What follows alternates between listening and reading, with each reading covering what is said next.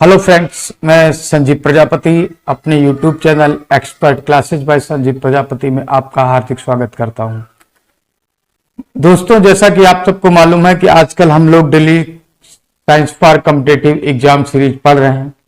इस सीरीज में हमने बीएससी फर्स्ट ईयर के सेकेंड सेमेस्टर में thermodynamics second and third law को पढ़ना शुरू किया है। आज ये सेकेंड एंड थर्ड लॉ की सीरीज में हमने यहां पर कुछ प्रश्नों का चयन किया है। आइए देखते हैं वो प्रश्न कौन कौन से हैं। ये आज की वीडियो हमारी जो है BSc first year second semester students के लिए है। हमारा आज का पहला प्रश्न स्क्रीन पर है। लिखा है किसी निकाय की अवस्था का बिंदु फलन है। दोस्तों, हम आपको बताएं, हमने थर्मोडायनामिक्स सेकेंड लॉ में पढ़ा हुआ है S equal to dq over t, अर्थात किसी निकाय की अवस्था का बिंदु फलन सेकेंड थर्मोडायनामिक्स सेकेंड नियम के अनुसार जो है एंट्रोपी होती है। कौन सी होती है? एंट्रोपी होती है।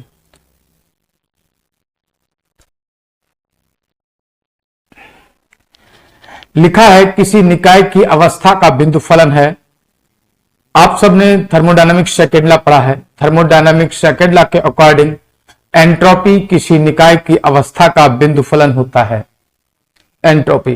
तो इस तरह से यहां पर हमारा आज का पहले प्रश्न का ऑप्शन सी करेक्ट ऑप्शन होता है। जैसा कि हम आपको बताएं, अगर फर्स्ट लॉ में अगर हम पूछते हैं निकाय की अवस्था का बिंदु फलन क्या है, यानी कि स्टेट फंक्शन पॉइंट क्या है, तो वहां पर जो हमारा स्टेट फंक्शन पॉइंट होता है वहां पर इंटरनल एनर्जी होता है। चलिए देखते हैं हम लोग दूसरा प्रश्न। दूसरा प्रश्न हमारे पास लिखा है सम एंट्रोपिक प्रक्रम है। ठीक है मित्र, सम एंट्रोपिक, जिसकी एंट्रोपी समान रही हो, ऐसा हमसे प्रक्रम पूछा गया है। कौन सा प्रक्रम होता है? सम एंट्रोपिक। हम आपको बताएं, हम लोगों ने समतापीय प्रक्रम पढ़ा हुआ है, समदाबीय प्रक्रम पढ़ा हुआ है, रुद्धोष्म प्रक्रम पढ़ा हुआ है। जो रुद्धोष्म प्रक्रम पढ़ा है वो हमारा सम एंट्रोपिक प्रोसेस होता है। ठीक है ना। रुद्धोष्म प्रक्रम कैसा प्रक्रम है? ये सम एंट्रोपिक प्रक्रम है। ठीक है। यहां पर क्या होता है? एंट्रोपी कैसी होती है? समान बनी रहती है। अर्थात रुद्धोष्म प्रक्रम में के अंतर्गत जो एंट्रोपी होती है उसमें कोई भी चेंज नहीं आता है। ठीक है। यहां पर हमारा ऑप्शन बी करेक्ट ऑप्शन होगा। इसके बाद हम लोग चलते हैं क्वेश्चन नंबर नेक्स्ट देखते हैं। नेक्स्ट क्वेश्चन में लिखा हुआ है, हमारे सामने हमको दिया गया है,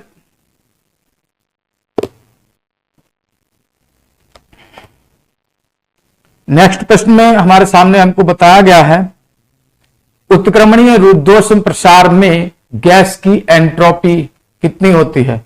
अभी हमने पढ़ा है इससे पहले वाले प्रश्न में हमने पढ़ा है कि सम एंट्रोपिक प्रक्रम कौन सा है? रुद्धोष्म है। अब नेक्स्ट क्वेश्चन में हम देख रहे हैं उत्क्रमणीय रुद्धोष्म प्रसार में गैस की एंट्रोपी कितनी होती है। हम आपको बताएं गैस की जो एंट्रोपी होती है वो कैसी होती है? शून्य हो जाती है। कैसी हो जाती है? शून्य हो जाती है। ठीक है ना। इस प्रश्न का डी ऑप्शन करेक्ट होगा। नेक्स्ट प्रश्न लिखा हुआ है सभी प्राकृतिक प्रक्रमों में जो हमारे जो नेचुरल प्रोसेस है उनमें क्या है? लिखा है एंट्रोपी घटती है तथा कार्य के लिए उपलब्ध ऊर्जा बढ़ती है। ठीक है। एंड अगर ऊर्जा बढ़ेगी तो एंट्रोपी नहीं घटेगी। ठीक है, वो भी बढ़ती है। दूसरा लिखा है एंट्रोपी तथा कार्य के लिए उपलब्ध ऊर्जा घटती है। ठीक है। कार्य के लिए ऊर्जा हमें घटानी नहीं होती है, काम करना होता है तो उसके लिए एनर्जी हमको चाहिए होती है। और कैसी चाहिए होती है? प्लस में चाहिए होती है, यानी पॉजिटिव बढ़नी चाहिए। ठीक है। ये दोनों चीजें घट रही हैं, ऐसे हमारा ये चीज नहीं होगा। नेक्स्ट ऑप्शन लिखा है एंट्रोपी तथा कार्य के लिए ऊर्जा बढ़ती है। ये ऑप्शन हमारे लिए करेक्ट ऑप्शन होगा। ठीक है। दूसरा लिखा है एंट्रोपी बढ़ती है बट कार्य के लिए ऊर्जा घटती है। ये नहीं होगा। ठीक है। यहां पर हमारा जो करेक्ट ऑप्शन होता है वो ऑप्शन होता है हमारा सी। हमारा सी ऑप्शन यहां पर कैसा होता है? करेक्ट ऑप्शन हो जाता है। ठीक है। चलिए हम लोग नेक्स्ट प्रश्न देखते हैं। नेक्स्ट प्रश्न हमारे सामने है टीएस आरेख आरेख पर कार्नो चक्र का क्षेत्रफल क्या प्रदर्शित करता है? हम आपको बताएं टीएस आरेख जो होता है जिसमें टेम्परेचर और एंट्रोपी का जो आरेख बनाया जाता है, यानी इस साइड में टेम्परेचर ले लेते हैं, इधर एस लेते हैं, एंट्रोपी ले लेते हैं, इसमें जो आरेख प्राप्त होता है वो इंजन की दक्षता को प्रदर्शित करता है। किसको प्रदर्शित करता है? इफिशियंसी ऑफ इंजन, ठीक है, किसी भी इंजन की दक्षता को प्रदर्शित करता है। इसीलिए इसका आज का ऑप्शन, इस क्वेश्चन का ऑप्शन बी करेक्ट ऑप्शन होगा। नेक्स्ट प्रश्न हमारे सामने लिखा हुआ है, टीएस आरेख पर समतापी वक्र होते हैं। हम आपको बताएं टीएस आरेख पर जो समतापी वक्र होते हैं वो टी एक्सिस के कैसे होते हैं? पैरेलल होते हैं, इसके समांतर होते हैं। कैसे? सरल रेखाओं के रूप में। आई बात समझ में? वो टी अक्ष कहां लिखा है? ये है, ये टी अक्ष होगा, ठीक है। टी अक्ष के समानांतर सरल रेखाएं के रूप में प्राप्त होते हैं।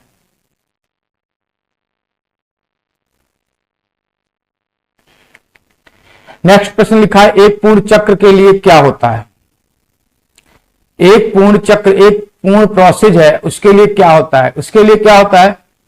यहां पर कई सारे ऑप्शन लिखे हुए हैं। हमने एंट्रोपी का एक फार्मूला पढ़ा हुआ है, यानी कि सेकेंड लॉ हमने पढ़ा है थर्मोडायनेमिक्स का, d q equal to t into d S.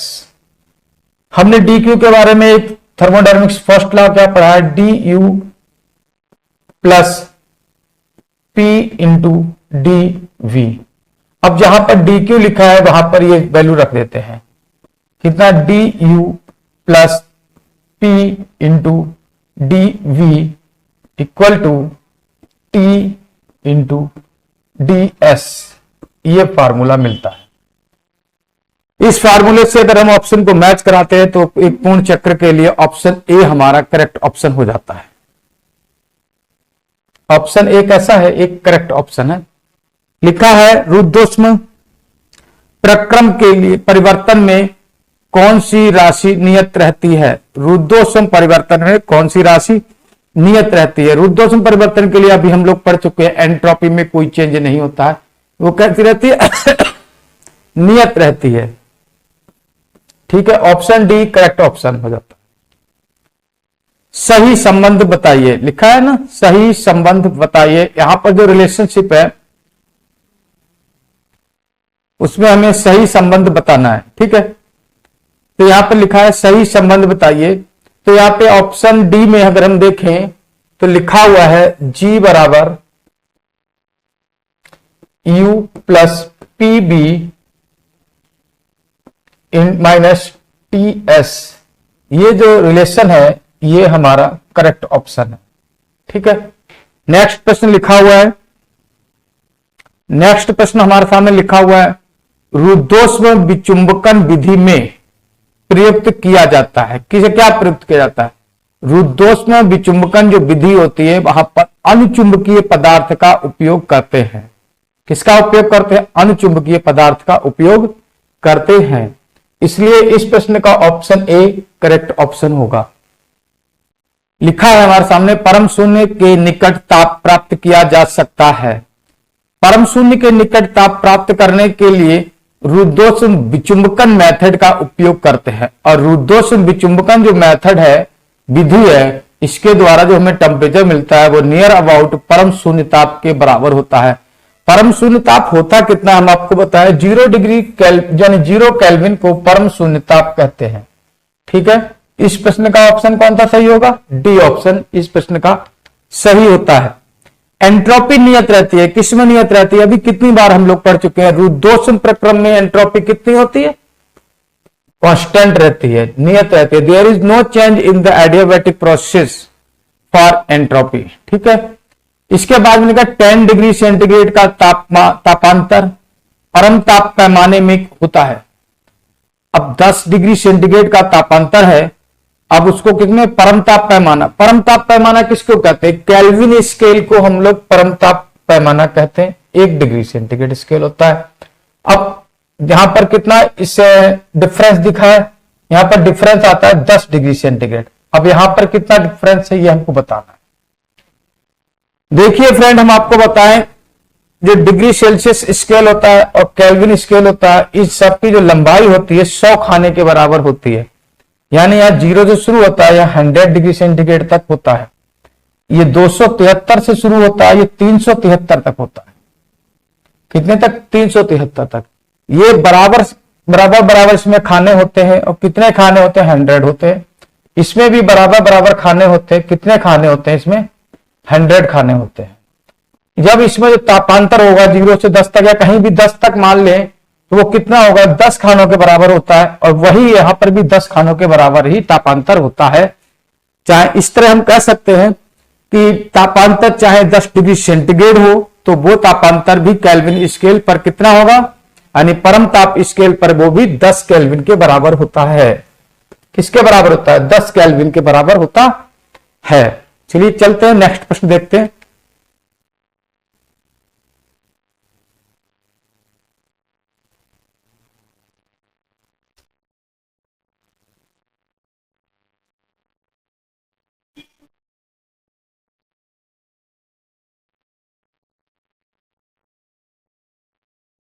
लिखा है ताप का ऊष्मागतिक स्केल आधारित है। हम बताएं ताप का जो ऊष्मागतिक स्केल है वो कार्नो इंजन पर डिपेंड करता है। किस पर बेस्ड है? कार्नो इंजन पर बेस्ड होता है। ठीक है, यहां पर हमारा जो कार्नो इंजन वाला ऑप्शन है, बी ऑप्शन, इस प्रश्न के लिए कैसा होगा? करेक्ट ऑप्शन होगा। चलिए नेक्स्ट प्रश्न देते हैं। नेक्स्ट प्रश्न हमारे सामने लिखा है ऊष्मागतिक विभव है।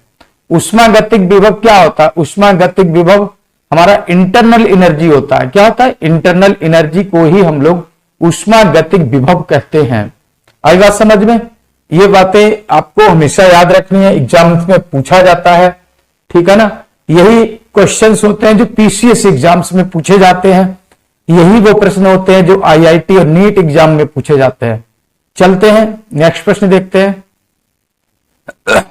लिखा है केल्विन प्रभाव में नियत रहने वाली राशि कौन सी है? ये केल्विन प्रभाव नहीं, इसको जूल केल्विन प्रभाव बोलते हैं। क्या कहते हैं? जूल केल्विन प्रभाव। जूल केल्विन प्रभाव में कांस्टेंट रहने वाली राशि कौन सी होती है? हम आपको बताते हैं। एंथैल्पी जो होती है कैसी होती है? कांस्टेंट रहने वाली धनराशि, राशि होती है, भौतिक राशि। ठीक है, जूल केल्विन प्रभाव में नियत रहने वाली राशि कौन सी है? एंथैल्पी। ठीक है, नेक्स्ट प्रश्न देखते हैं।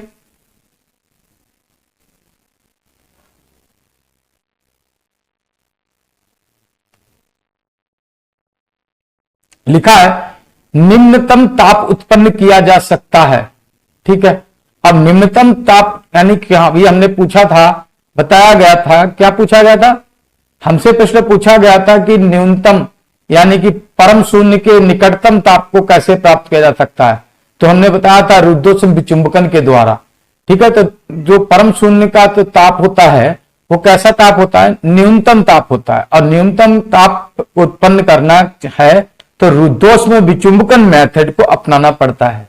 ठीक है, यहां पर हमारा कौन सा ऑप्शन करेक्ट होता है? ऑप्शन हमारा यहां पर डी ऑप्शन करेक्ट होता है। ठीक है, इसके द्वारा हम क्या कर सकते हैं? निम्नतम टेम्परेचर ले सकते हैं। ठीक है, प्राप्त किया जा सकता है। चले आगे लिखा है एक व्यक्ति के द्वारा बनाए गए ऊष्मा इंजन की दक्षता 50% निर्धारित करता है, जबकि इंजन 800 और 400 तापों के मध्य कार्य करता है।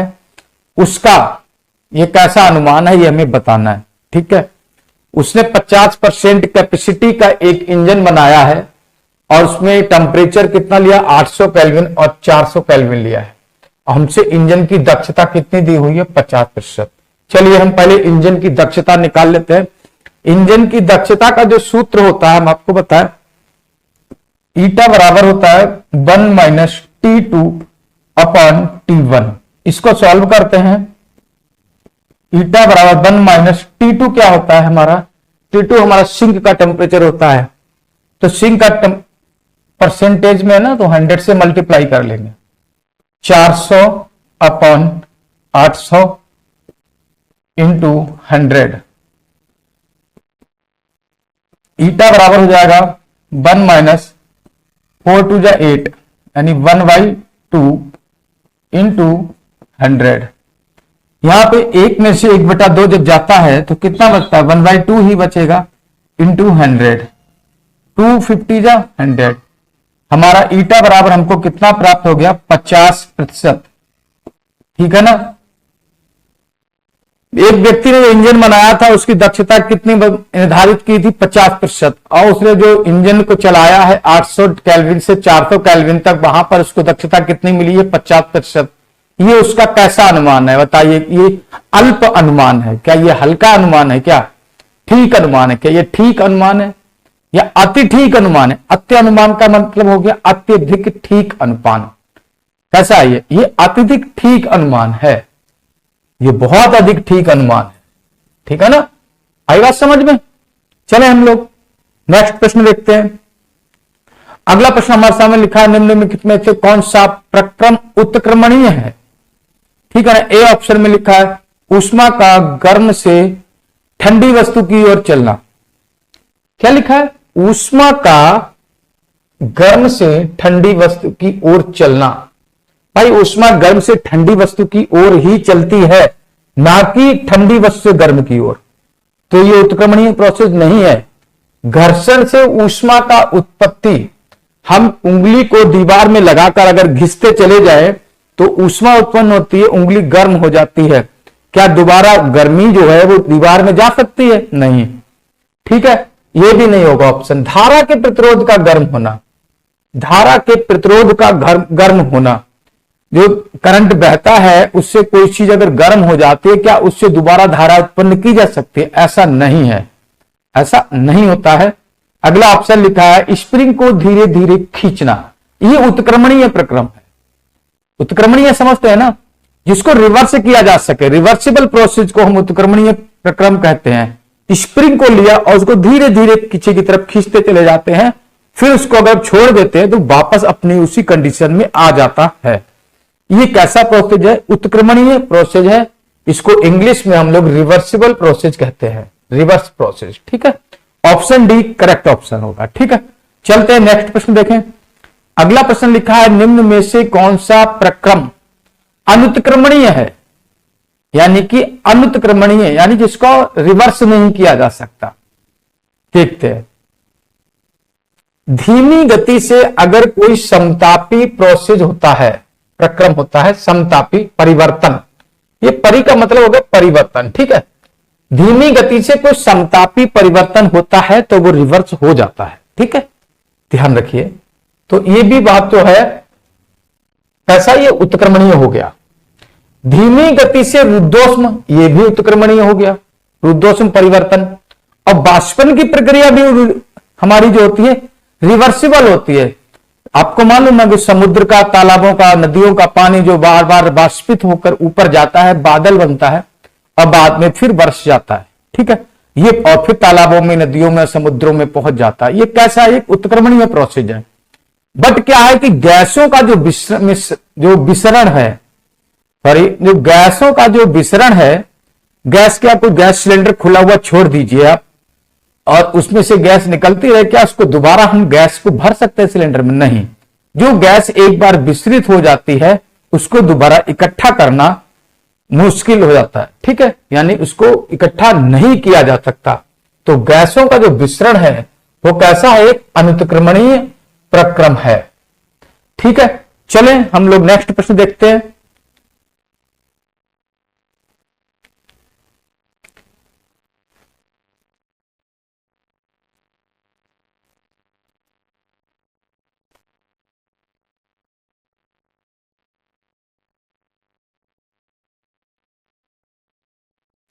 चलिए हम लोग इस प्रश्न को देखते हैं, पढ़ते हैं। लिखा है उत्क्रमणीय प्रक्रम के लिए आवश्यक शर्त है। कौन सी शर्त आवश्यक होती है जिससे जो प्रक्रम है वो कैसा हो, रिवर्सिबल हो जाए। कैसा हो जाए, रिवर्सिबल हो जाए। ठीक है, प्रक्रम को तेजी तेजी से कराए, अरे ये नहीं, प्रक्रम को तेजी से नहीं कराना है, उसको धीरे धीरे करवाना है। ठीक है, उत्क्रमणीय के लिए तेजी से कराना या धीरे धीरे कराना ये कोई शर्तें नहीं होती हैं। प्रक्रम अत्यंत धीरे गति से कराया जाए ये कोई शर्त नहीं है। ऊर्जा का क्षय शून्य होना चाहिए, ऐसा नहीं है। कोई भी प्रोसेस हो एनर्जी लॉस तो होगा। ठीक है, लिखा है केवल रुद्धोष्म प्रक्रम में एनर्जी लॉस नहीं होता। ठीक है, अगला लिखा है ऊर्जा का क्षय शून्य होना चाहिए, ऊर्जा का क्षय शून्य होना चाहिए, और प्रक्रम क्वासी स्थितिक होना चाहिए, क्वासिक स्थैतिक होना चाहिए। ये जो प्रक्रम होता है ये कैसा होते हैं, ये उत्क्रमणीय प्रक्रम के लिए एक आवश्यक शर्त के रूप में काम करता है। ठीक है, ये ऑप्शन हमारा इस प्रश्न के लिए ऑप्शन डी कहता है करेक्ट ऑप्शन है। ठीक है, चलें नेक्स्ट प्रश्न पर हम लोग चलते हैं। नेक्स्ट प्रश्न हमारे सामने लिखा है, अधिकतम दक्षता वाला इंजन कौन सा होता है। अब अधिकतम दक्षता वाला इंजन के लिए अगर देखें, अनुत्क्रमणीय इंजन देखते हैं, डीजल से चलने वाला इंजन देखते हैं, उत्क्रमणीय इंजन देखते हैं, अगला ऑप्शन हमारे पास लिखा है विद्युत से चलने वाला इंजन देखते हैं। इसमें क्या होता है, ये सबके सब कैसे होते हैं, इनकी दक्षता कम होती है, बट उत्क्रमणीय इंजन होता है इसकी दक्षता सर्वाधिक होती है। उत्क्रमणीय इंजन का नाम है कौन सा, क्या नाम है इसका, उत्क्रमणीय इंजन हमारे पास हमको पढ़ने को मिलता है जिसका नाम होता है कार्नो इंजन। क्या नाम है, कार्नो इंजन। चलते हैं नेक्स्ट प्रश्न देखें। एक आदर्श गैस का समतापी संपीड़न होता है।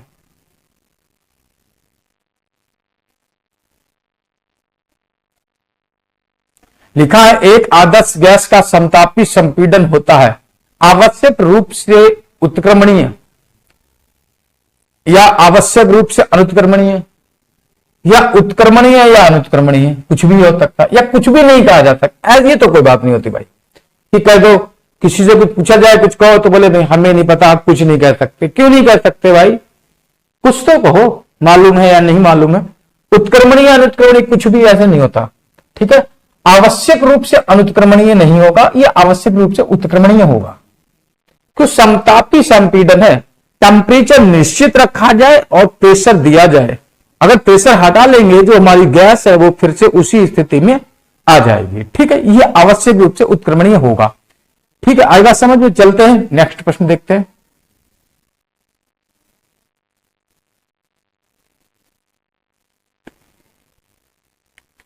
अगला प्रश्न लिखा है हमारे सामने, कार्नो इंजन का उपयोग किया जाता है। अब बताना है कार्नो इंजन का उपयोग कहां किया जा सकता है।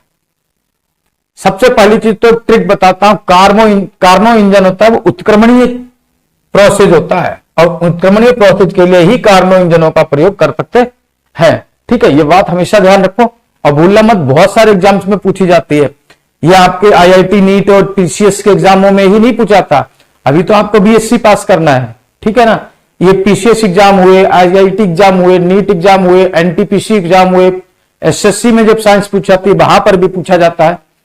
ठीक है, जीआईसी लेक्चरर रहता है, लेक्चरशिप जीआईसी के प्रवक्ता और एलटी ग्रेड के, ये बहुत सारे टीजीटी पीजीटी के बहुत सारे एग्जाम्स में ये प्रश्न पूछे जाते हैं। थर्मोडायनामिक्स एक बहुत बड़ा स्कोप है इसका और ये बहुत सारे एग्जाम से पूछा जा सकता है जहां से आप एक अच्छी जॉब ले सकते हो। ठीक है ना, चलते हैं आगे प्रश्न देखते हैं। अगला प्रश्न क्या होता है।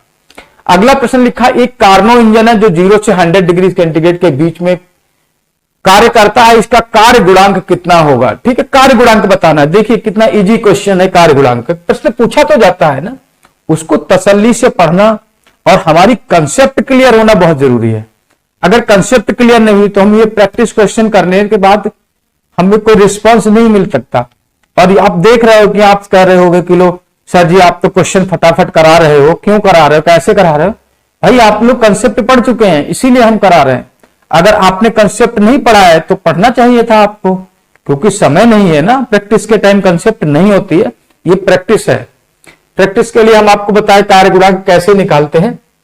देखिए इसका फॉर्मूला होता है T/W, T2/W। अब T2 होता है, W को हम लिखते हैं T1 माइनस T2। अब इसको सॉल्व करें, T2 की वैल्यू कितनी होगी 273 यानी कि 0 डिग्री सेंटीग्रेड, 0 + 273 केल्विन में लिखते हैं। T1 को क्या लिखेंगे 100 है, इसको लिखते हैं 100 + 273 माइनस इसको क्या लिखेंगे 0 + 273। इनको सॉल्व करेंगे तो कितना हमें मिलेगा 273/373 माइनस 273 और यहां से जो वैल्यू हमको मिलने वाली है वही कार्य गुणांक है 273/100। ये जो होता है ये इंजन का क्या होगा कार्य गुणांक होगा, कार्नो रेफ्रिजरेटर का, सॉरी इंजन नहीं है ये, रेफ्रिजरेटर। रेफ्रिजरेटर का कार्य गुणांक मिल गया हमको 273/100। Option A is correct option. ठीक है, चलो नेक्स्ट प्रश्न देखते हैं।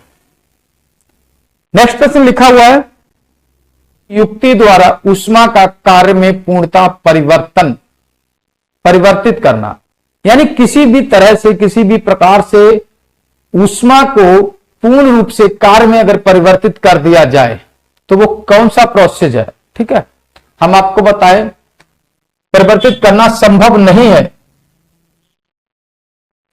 लिखा है किसी युक्ति द्वारा ऊष्मा का कार्य में पूर्णतः परिवर्तित करना संभव नहीं है, ये कौन सा कथन है। ये जो कथन हम पढ़ रहे हैं, ये कथन कौन सा है, ऊष्मागतिकी का द्वितीय नियम है। उसमें लिखा गया है, ऊष्मागतिकी के द्वितीय नियम में बताया गया है, अगर हम किसी भी प्रोसेस में जो एनर्जी देते हैं उस एनर्जी को कंप्लीटली यानी 100% क्या करते हैं, इसको कार्य में नहीं बदला जा सकता। आई बात समझ में। चलते हैं नेक्स्ट प्रश्न देखते हैं। अगला प्रश्न हमारे सामने लिखा हुआ है, स्वतः ऊष्मा जो होती है स्वतः ठंडी वस्तु से गर्म वस्तु की ओर नहीं चलती। ठीक है ना, ये किसने बताया था, ये हमको क्लासियस ने बताया था। किसने बताया था, क्लासियस, एक साइंटिस्ट हुए क्लासियस, और क्लासियस ने हमें बताया था ऊष्मा स्वतः ही अपने आप ठंडी वस्तु से गर्म वस्तु की ओर नहीं चलती। भाई ऊष्मा का जो विसरण होता है वो गर्म वस्तु से ठंडी वस्तु की ओर होता है, ना कि ठंडी वस्तु से गर्म वस्तु की ओर। अगर वस्तु को हमें ऊष्मा को ठंडी वस्तु से गर्म वस्तु की ओर चलाना है तो उसके लिए हमें अलग से कार्य करना पड़ता है। नेक्स्ट प्रश्न देखते हैं। लिखा है एक यंत्र जो ऊष्मा को यांत्रिक रूप में रूपांतरित करता है, ऊष्मा को किस रूप में फॉर्म में देता है, यांत्रिक फॉर्म में। जो हीट है उसको यांत्रिक ऊर्जा में चेंज कर देता है, वो उसको कहते हैं ऊष्मा इंजन। ये ऊष्मा को चेंज कर रहा है। किसको चेंज कर रहा है, ऊष्मा को। तो इसको किसमें चेंज करता है, यांत्रिक कार्य में। ठीक है, यांत्रिक ऊर्जा में, तो उसको क्या कहेंगे हम लोग, ऊष्मा इंजन। चले नेक्स्ट प्रश्न देखते हैं। लिखा हुआ है अगला प्रश्न, आदर्श गैस ताप मापक्रम को परिभाषित करना संभव है। आदर्श गैस का जो ताप होता है उसके मापक्रम को, ताप मापक्रम को परिभाषित करना संभव है। कैसे संभव है, क्यों संभव है, ये बताते हैं। क्योंकि गैसें आसानी से प्राप्त की जा सकती है, ये नहीं। गैसें आसानी से द्रवीकृत हो जाती हैं, ऐसा भी नहीं है। भाई द्रवित करने के लिए गैसों को क्या करते हैं, उनको पहले ठंडा करना पड़ता है। ठीक है, लिखा है गैसों को अणुगति सिद्धांत लागू होता है, ऐसा नहीं है। अणुगति सिद्धांत सभी पे लागू होता है। गैसों का आयतन प्रसार गुणांक निश्चित होता है, ये बिल्कुल सही बात कही इन्होंने। गैसों का आयतन प्रसार गुणांक निश्चित होता है, यही कारण है आदर्श गैस ताप मापक्रम को परिभाषित किया जा सकता है। ठीक है, नेक्स्ट प्रश्न लिखा है 10 डिग्री सेंटीग्रेड का तापांतर परम ताप मापक्रम में कितना होगा। अभी हम आपको बता चुके थे 10 डिग्री सेंटीग्रेड है और चाहे केल्विन हो, इनका मापक्रम कैसा होता है, बराबर होता है। ठीक है, आई बात समझ में। चले नेक्स्ट प्रश्न देखते हैं। अगला प्रश्न लिखा है ऊष्मागतिकी का द्वितीय नियम। ऊष्मागतिकी का जो द्वितीय नियम होता है वो एंट्रोपी की अवधारणा को प्रदर्शित करता है। किसको, एंट्रोपी की अवधारणा को प्रदर्शित करता है, एंट्रोपी की कंसेप्ट को क्लियर करता है ये। ठीक है, नेक्स्ट प्रश्न देखें। इसी में हमें ये देखने को मिलता है, लिखा है यांत्रिक ऊर्जा की अवधारणा को व्यक्त करता है। ये कौन होता है, वो ऊष्मागतिकी का प्रथम नियम है। ठीक है ना, आई बात समझ में। और ताप की अवधारणा को व्यक्त करता है ये ऊष्मागतिकी का जीरोथ लॉ है। ये कौन सा, जीरोथ लॉ, ये है जीरोथ लॉ। जीरोथ लॉ, ये हो गया फर्स्ट लॉ, ये हो गया सेकेंड लॉ। समझ गए।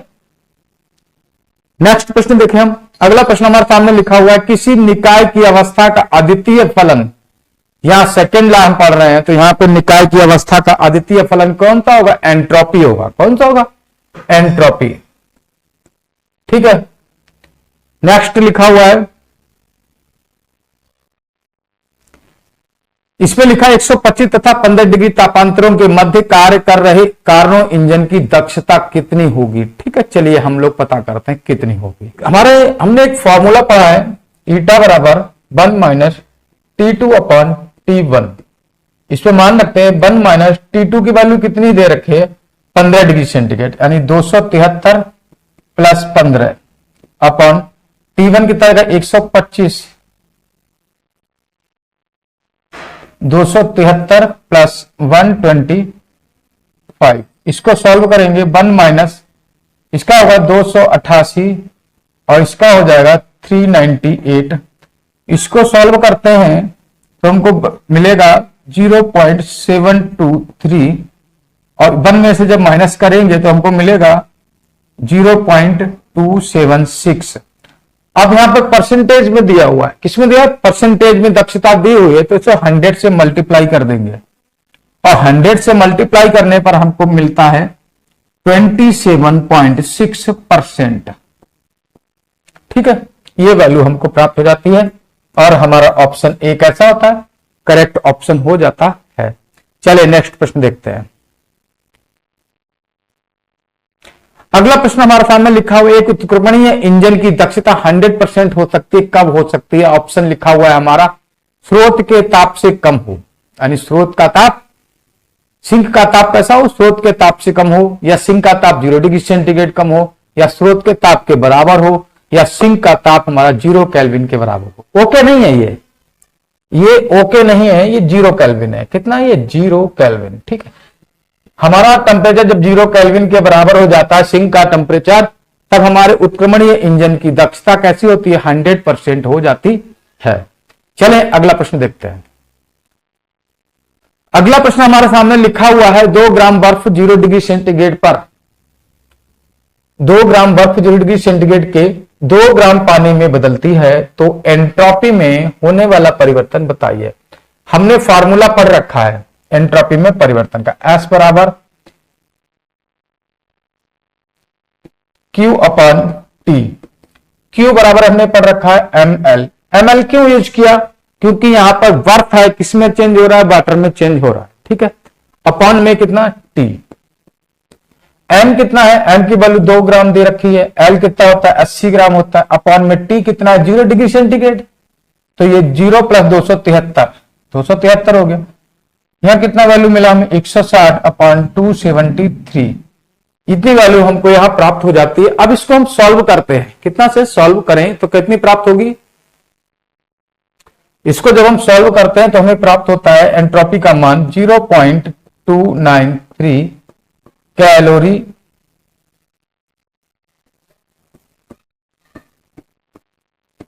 सॉल्व करें 0.293 कैलोरी प्रति केल्विन, ये हमें ऑप्शन आंसर प्राप्त होता है।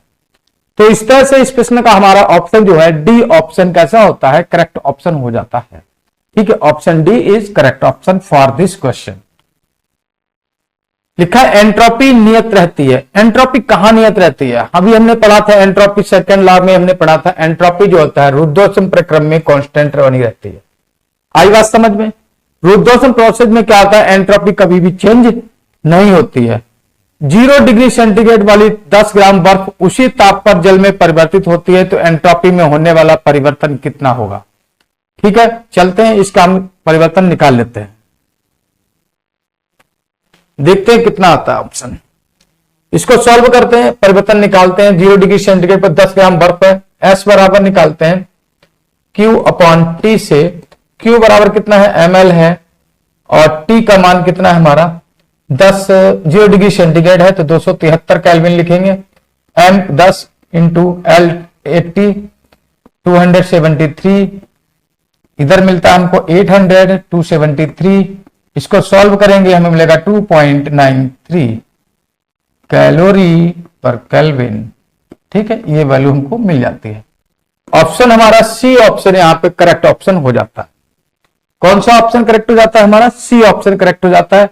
अब चलते हैं हम लोग नेक्स्ट प्रश्न पर। नेक्स्ट प्रश्न हमारे सामने ये रहा, लिखा हुआ है एक पूर्ण कार्नो चक्र में एंट्रोपी परिवर्तन का बीजगणितीय योग कितना होता है? बीजीय योग बोलिए चाहे बीजगणितीय योग बोलिए, कितना होता है? 0 होता है।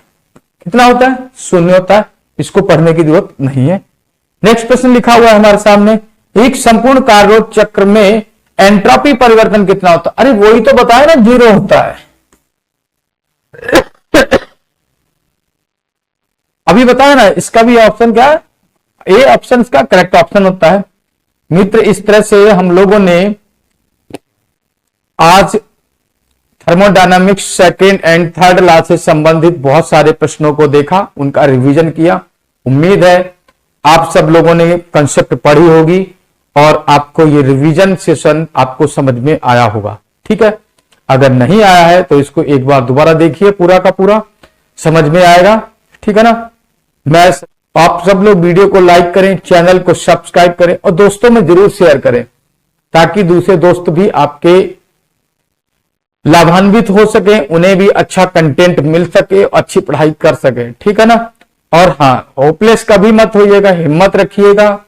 आई बात समझ में। कौन कहता है कि आसमान में छेद नहीं हो सकता? एक बार तबीयत से पत्थर तो उछालो यारो, बिना पत्थर उछाले कुछ नहीं हो सकता। एक्सपीरियंस चाहिए हर काम के लिए, ऐसा नहीं है, क्योंकि काम करना भी जरूरी होता है। चलते हैं, इस वीडियो को यहीं पर कंप्लीट करते हैं। अब मिलते हैं हम लोग नेक्स्ट वीडियो में। तब तक के लिए धन्यवाद। Thank you for watching this video. Thank you so much.